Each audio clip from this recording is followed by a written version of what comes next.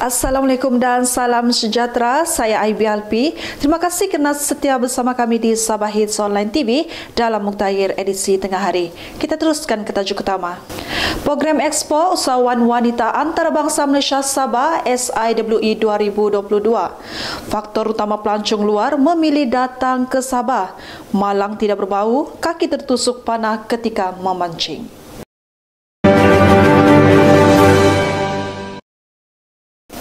Ketua Menteri Sabah Yang Amat Berhormat Datuk Seri Panglima Haji G. Haji Noor mengambil peluang bertemu dan memberi kata-kata semangat kepada dua rakyat Sabah yang terpilih mengikuti ekspedisi menawan Gunung Everest yang bermula pada 26 Mac ini.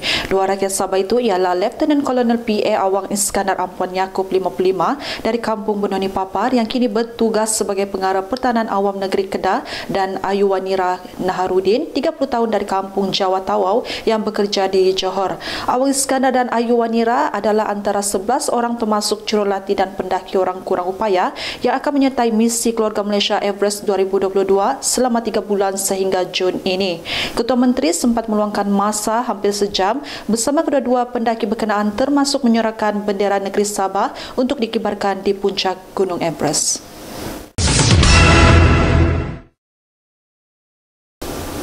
Persatuan Industri Kecil Sederhana Usahawan Wanita Bumiputra Sabah IKS Nita Sabah telah menganjurkan program Expo Usahawan Wanita Antarabangsa Malaysia Sabah SIWE 2022 di Sabah International Convention Center di Kota Kinabalu, Sabah pada kemarin. Sempena atur acara itu, Datuk Dayang Hajah Khatijah, Datuk Haji Bakhtiar, Presiden IKS Nita Sabah telah menjemput yang amat berbahagia Datin Seri Panglima Haja Julia Salak bagi merasmikan program tersebut.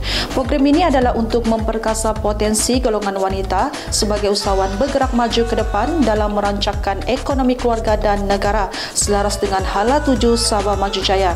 Terdapat juga 140 pameran dari pelbagai perkhidmatan dan produk dari Sabah dan kerajaan negeri-negeri lain seperti Sarawak, Pulau Pinang, Perlis, Kedah, Johor dan Terengganu. Pada masa yang sama, kementerian dan agensi kerajaan turut mengambil bahagian dalam acara ini untuk kedua kalinya.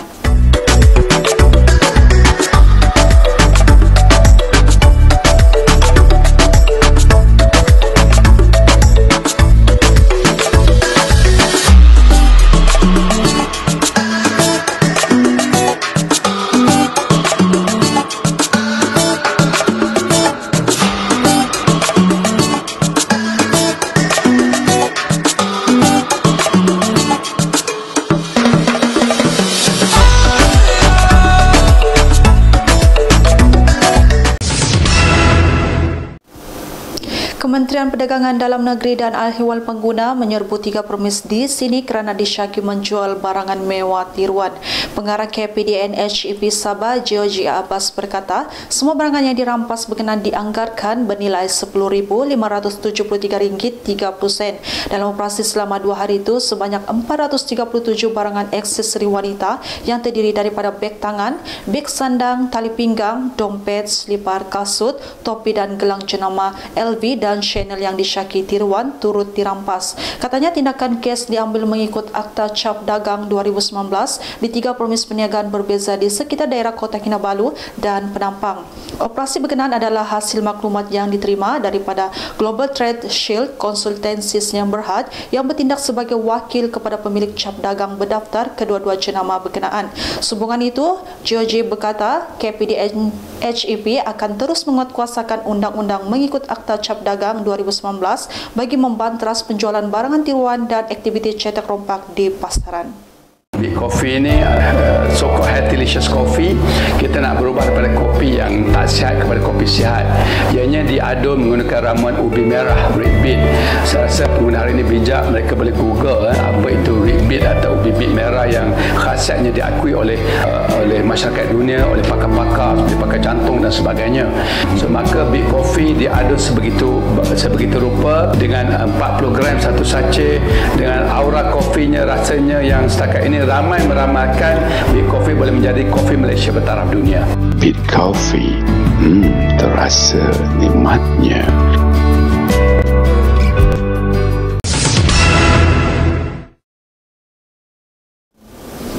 Agensi Penguatkuasaan Maritim Malaysia melaksanakan operasi bersepadu khas bagi merobohkan bagang yang melanggar undang-undang di perairan Indra Sabah dan Kalumpang di sini pada 9 Mac lalu.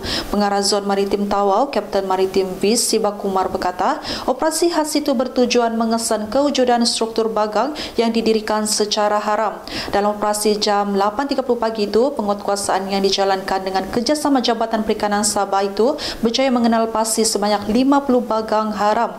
Semua bagang berkenaan didapati melakukan kesalahan seperti beroperasi tanpa lesen dan binaan yang berada di luar had kawasan dibenarkan.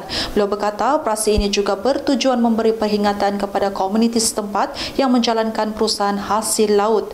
Menurutnya, sepanjang operasi ini, Jabatan Perikanan mengeluarkan notis merobohkan bagang dengan memberi tempoh selama sebulan sebelum tindakan susulan diambil.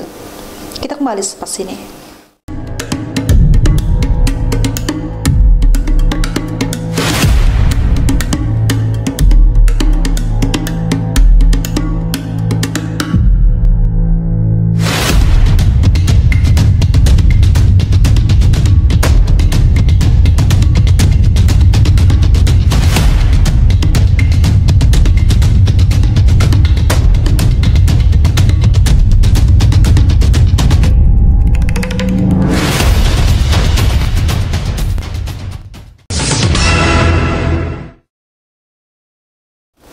Keunikan komuniti dan keindahan alam semula jadi antara faktor utama pelancong luar memilih datang melancong ke Sabah. Presiden Persatuan Pelancong Cina Malaysia, Paul Pau berkata, pelancongan tanah tinggi dan luar bandar adalah titik jualan bagi Sabah, terutamanya aktiviti berasaskan komuniti yang semakin popular. Beliau berkata budaya masyarakat seperti ini harus dipromosikan dan beliau pasti pengunjung ingin merasa pengalaman ini. Rombongan MCTA yang diketuai Paul melawat Sabah untuk program B2B dan lawatan suai kenal yang bermula pada 6 Mac. Peserta yang terlibat mewakili MCTA dari bahagian Kuala Lumpur, Labuan, Johor, Selangor, Perak, Sarawak, Negeri Sembilan dan Pulau Pinang. Tambahnya ada yang belum pernah ke sini atau hanya melakukan lawatan biasa ke pulau dan sekitar bandar. Destinasi pelancongan berasaskan komuniti luar bandar adalah suatu yang baharu bagi mereka. Beliau berkata rakyat Malaysia harus mengambil peluang menerokai tarikan luar bandar di negeri ini yang telah mendapat penghargaan antarabangsa dan semakin menarik perhatian pelancong asing. Kita bertemu kembali.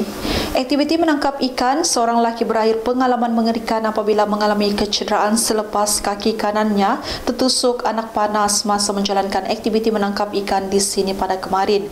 Jurucakap Pusat Gerakan Operasi Jabatan Bomba dan Penyelamat Malaysia Sabah berkata, pihaknya menerima panggilan kecemasan pada jam 4.33 petang. Dalam kejadian kira-kira jam 4 petang itu, mangsa yang cedera terus dihantar ke Hospital Kota Belud untuk mendapatkan bantuan segera. Pasukan bomba terpaksa mengambil tindakan memotong dan mengeluarkan besi dari kaki mangsa dengan menggunakan peralatan khas menggunakan hydraulic power unit. Kemudian yang mangsa meneruskan rawatan di hospital berkenaan dan kini dilaporkan dalam keadaan stabil dan selamat. Jadikanlah yang lembut itu hati, yang tebal itu iman, yang tajam itu akal, yang baik itu sifat, dan yang manis itu senyuman. Salam Jumaat, salam penghulu segala hari. Saya Ivy, Sabah Hits Online TV.